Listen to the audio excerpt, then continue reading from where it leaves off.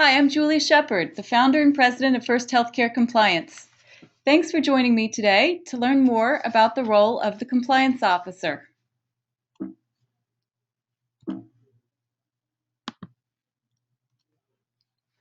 I'm going to cover some basic objectives that are involved with this important role.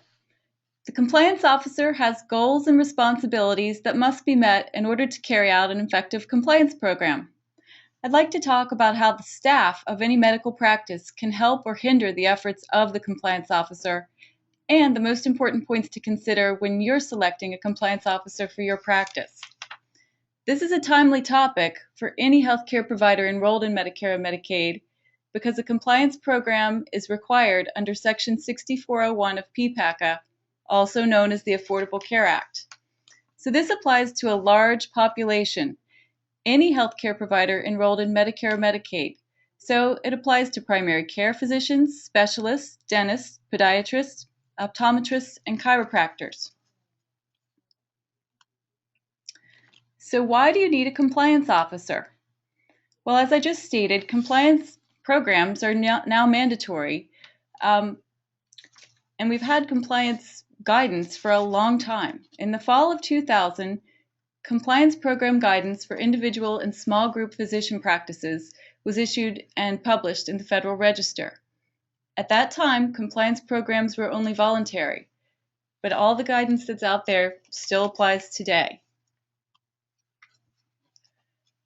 So, the Office of the Inspector General provides us with 7 core elements of a compliance program.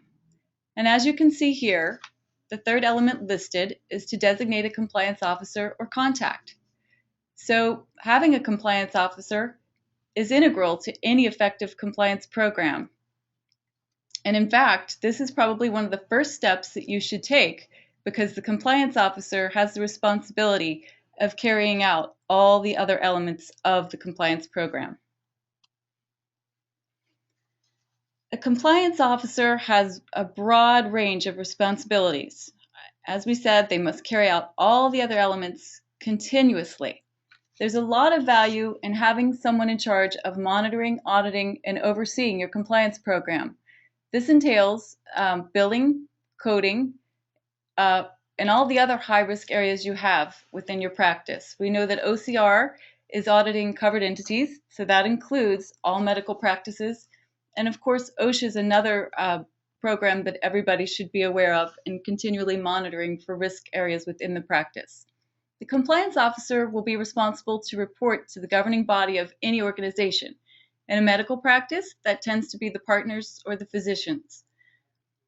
The compliance officer is in charge of coordinating ongoing education for staff, and this is considered your first line of defense. Most people know about the annual requirements to educate on HIPAA and OSHA, and there have been some changes with HIPAA lately, so that's an important area to consider right now with the new omnibus rules in place. And again, you want to consider all the high-risk areas within your practice that will definitely include coding, billing, and documentation. So you want to zone in on that with the important staff members.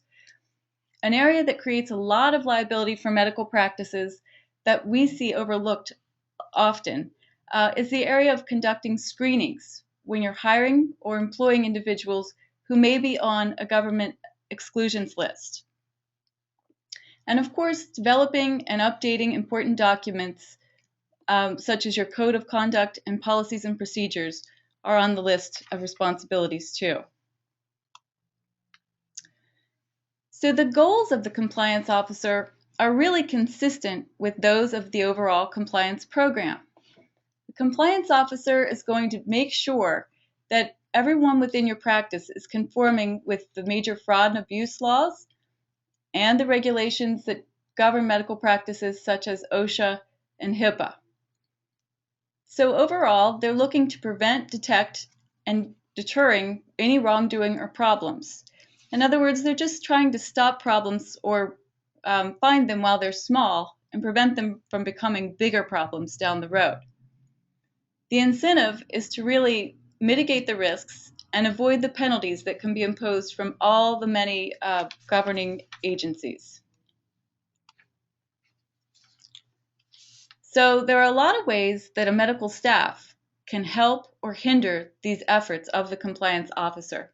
It really boils down to three things: time, resources, and support.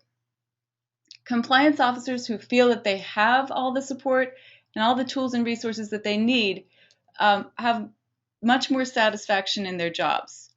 So if you are hiring a compliance officer or assigning the task to someone within your organization, think about that. Consider how you're going to support the person and make sure that they have the tools and resources to do the job properly.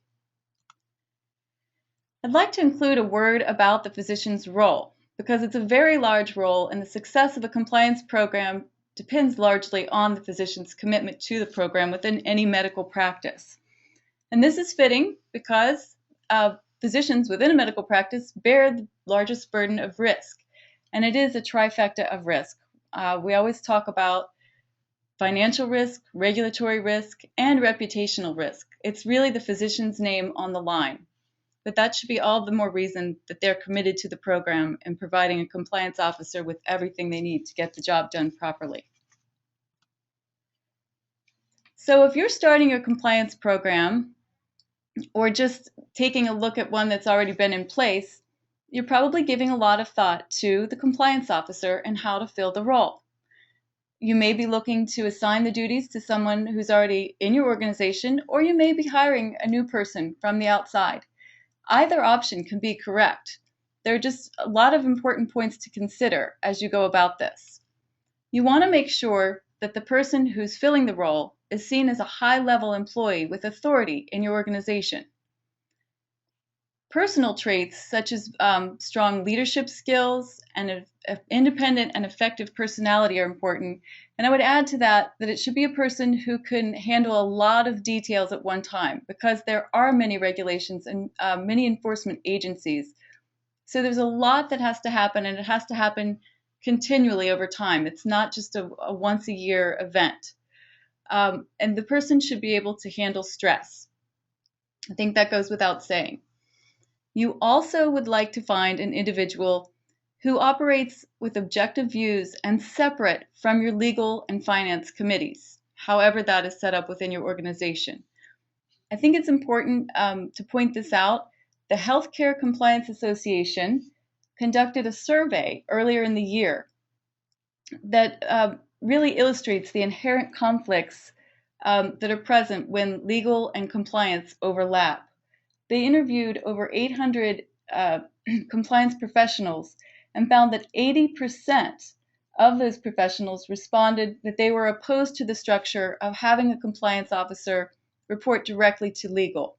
Instead, this person should function with a lot of independence and also report directly to the corporate leadership. And this is all resulting from several recent settlements that require the compliance officer to report to corporate leadership rather than the general counsel.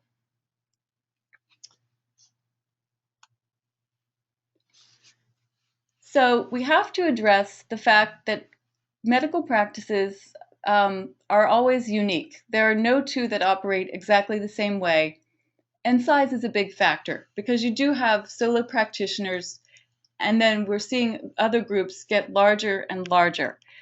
So there are different requirements for the compliance program in the way that staff is set up, the way that staffing is handled, and the way the role is assigned. However, you need to consider the fact that no matter your size and your structure, the same rules apply. From the smallest practice to the largest institution, everyone is under the same federal fraud and abuse laws. HIPAA applies to all sizes of covered entities, and of course, OSHA does too. So there's a lot to consider. I'd like to conclude by saying that compliance programs are now mandatory for all healthcare providers enrolled in Medicare and Medicaid. An integral part of this is assigning a compliance officer for your practice. This compliance officer needs to have the resources to carry out their duties effectively. So I hope that we've given you a lot of information to consider as you go about this. I've included some helpful internet resources. The bottom four are government websites that have great information, and The one listed at the top is the Healthcare Compliance Association.